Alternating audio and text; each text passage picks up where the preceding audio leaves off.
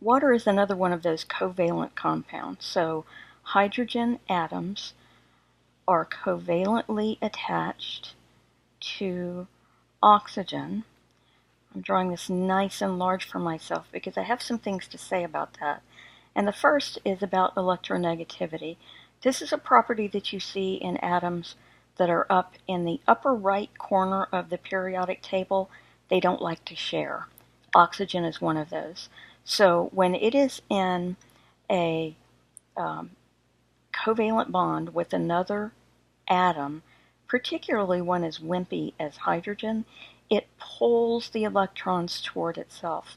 So these are very polar bonds. And in fact, if I could draw what an electron cloud would look like, most of the electrons would be around here. Well, that's probably not very convincing to you, but they'd be over toward the oxygen end of the atom, so this would have a partial negative charge on it, and there'd be partial positive charges on the hydrogen atoms. Said another way, on the hydrogen end of these covalent bonds. And so these are polar covalent bonds. That simply means that the electrons are pulled toward one half of the bond. It's usually oxygen or something like oxygen. So this is an example of a molecule that has very polar bonds. A nonpolar covalent bond, the most nonpolar covalent bonds, are the ones that form between essentially identical atoms. So there's no way that one hydrogen can pull the electrons away from the other hydrogen. So this is H2, hydrogen gas. Now, the ionic bonds that we've talked about so far are when you have a positive ion and a negative ion that simply come together and form a salt, like sodium chloride. But as it happens, every so often, in water, these bonds are so polar that one of them will behave as if it's an ionic bond. And the hydrogen on that bond will simply say, you know what, you want the electrons, take them.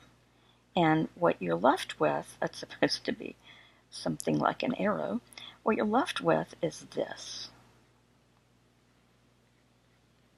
Does that look sort of familiar to you? This is the hydroxide ion. And this is the hydrogen ion. Remember pH from high school, way back when? So what are we talking about again? We're talking about sharing electrons. We're talking about forming bonds by sharing electrons. Some of those are shared equally. In that case, we have a nonpolar covalent bonds. In other cases, we have unequal sharing of electrons, and that leads to have these partially positive and partially negative charges over different parts of the molecule. And this, where water is concerned, is responsible for some of its really extraordinary properties that are so important to life. I just wanted to take a moment to talk about something we're going to talk about later, and it's very important in physiology, and that's the concept of polar molecules. What we've talked about so far are polar bonds. Remember, oxygen is very electronegative, and so the bonds of the water molecule are very polar bonds. That's because oxygen is pulling the electrons away from the hydrogen in each bond, and it leaves the hydrogen with a partial positive charge over them.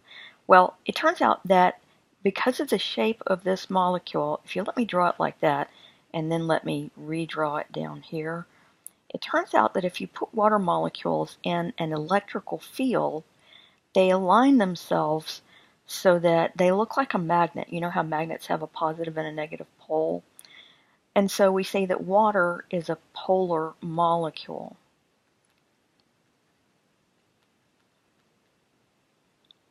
And it has to do, again, with this unequal distribution of charge on the molecule, and the fact that the molecule is not symmetrical, which in fact leads to the unequal distribution of charge.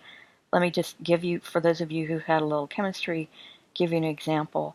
If you take something like carbon and attach, this is carbon tetrafluoride, and fluorine is the most electronegative element out there. It really pulls the electrons away from the carbon. So each of these 4 bonds is very polar. But this molecule, because of its symmetry, and I can't draw it in 3-dimensional space, you're just going to have to trust me that it's symmetrical. Yes, it has partial, it looks like a sphere that's negative on the outside with a core of positivity on the inside. But it won't orient itself in any particular way the way that water does if you put it in an electrical field. So this is a molecule that has very polar bonds, but because it's symmetrical, it is a non-polar molecule. And this is going to matter to us when we get to looking at some of the structures of the organic molecules that you find in biology and how those molecules interact. That's what I'm working up to here. Not just what goes on between the atoms of a particular molecule, but what are called intermolecular interactions. Because it turns out if you try to put together, well, you know this, oil and water, they don't mix very well. And the reason is that water is a polar molecule and oil is nonpolar. So chemists like to say things like dissolves like. And what they mean is that polar molecules will mix with other polar molecules, and nonpolar molecules will mix with nonpolar molecules. We're going to talk about this later. We have just one more thing to talk about before we leave water as a topic in its own right, and that is the hydrogen bond. Hydrogen bonds are a kind of intermolecular interaction. So I've drawn hydrogen and oxygen different colors so that you can remember that because these bonds are so polar, there is a partial positive charge on every hydrogen that you see here and a partial negative on the oxygen. And those charges allow an interaction between water molecules. That's where the hydrogen bond comes in. These hydrogen bonds are hugely important, but very weak. In fact, if you wanted to compare the strength of the bonds we talked about, hydrogen bonds are by far the weakest, and then would come ionic, and then covalent. The thing about hydrogen bonds is, even though they're weak, there are millions and millions just in a drop of water.